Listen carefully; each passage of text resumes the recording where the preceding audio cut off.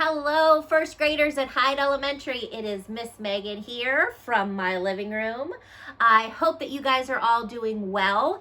I miss seeing you. I miss our visits every month. But I wanted to send this video to you so that I could share our last book, number 5, The Idea Jar. I can't believe that we are on our last book already. Okay, so this is Idea Jar by Adam Laript and illustrated by Deb Paludi. So let's check and see if we have a super surprise under our cover. Do we? Nope. It's the same as the cover, but that's okay. Still pretty cool, right? Okay, let's check it out and see what this story is about. This is my teacher's idea jar. We keep our story ideas in it.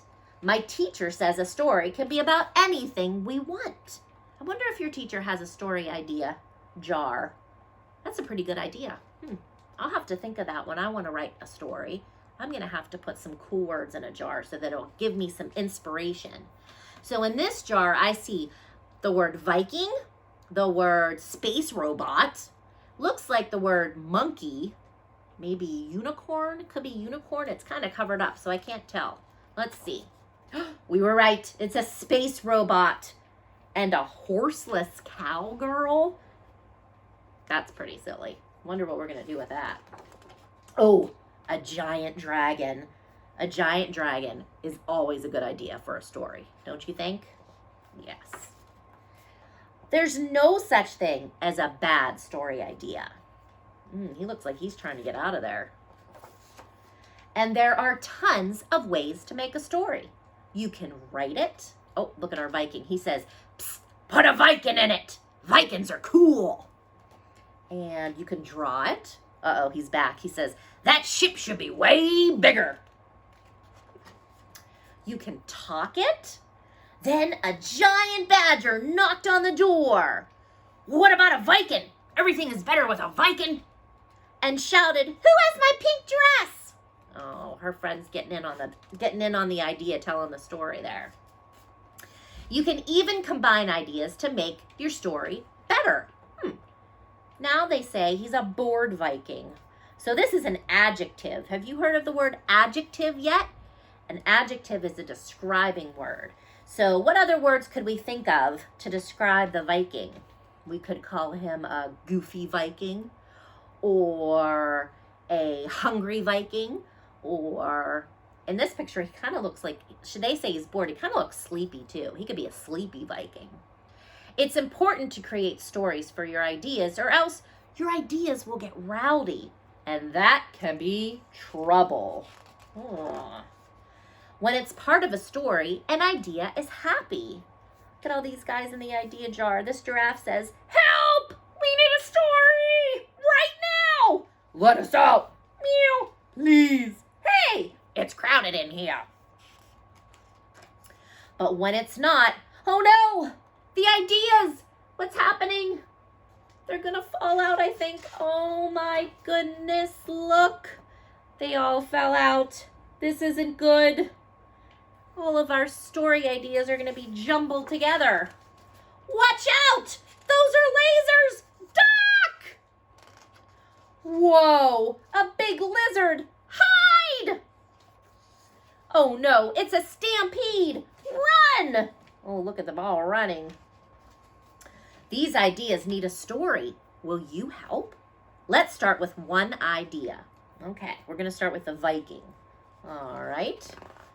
And we're gonna add a space robot. Okay.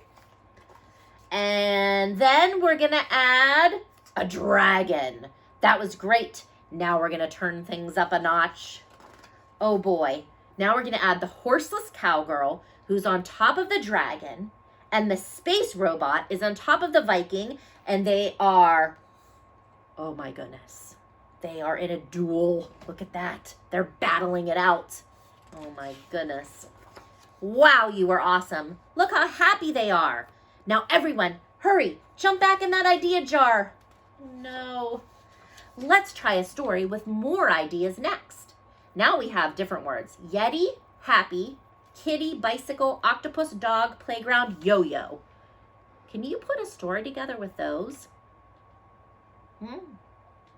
My story would have a happy octopus on his bicycle meeting his friend, the Yeti kitty.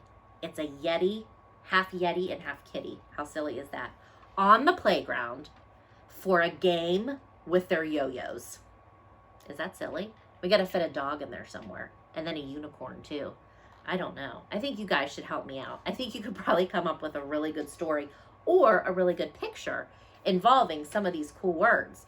Or you could come up with words of your own and draw a picture or write a story.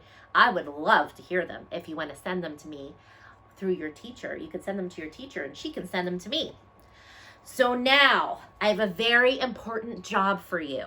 First, before we get to the most important job, we have to do our quick vote. All right, here we go. If you love this story, give it a thumbs up.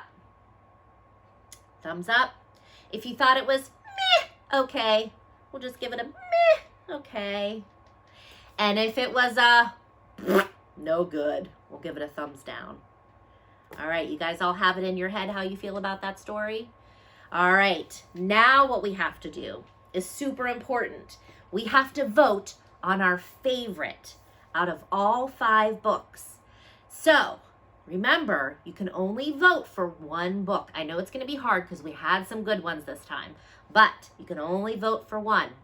And what I need you to do is tell your super special grown-up to send your teacher your choice, okay? So they can email your teacher and let them know what you choose for your favorite. So the 5 books that you can choose from, just one, are The Idea Jar, We Don't Eat Our Classmates. Remember that one is a good one, right? Yeah. The Wall in the Middle of the Book, another great one. Mixed, super awesome book.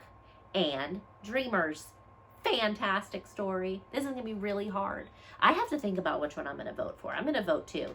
And I hope your teachers who are listening are going to vote as well. So when you decide what you want it to be, make sure you send it to your teachers to send it to me, and then I will let you guys know who wins the 2020 Picture Book Children's Choice Awards.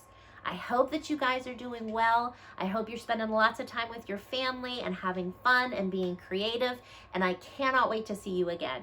Bye.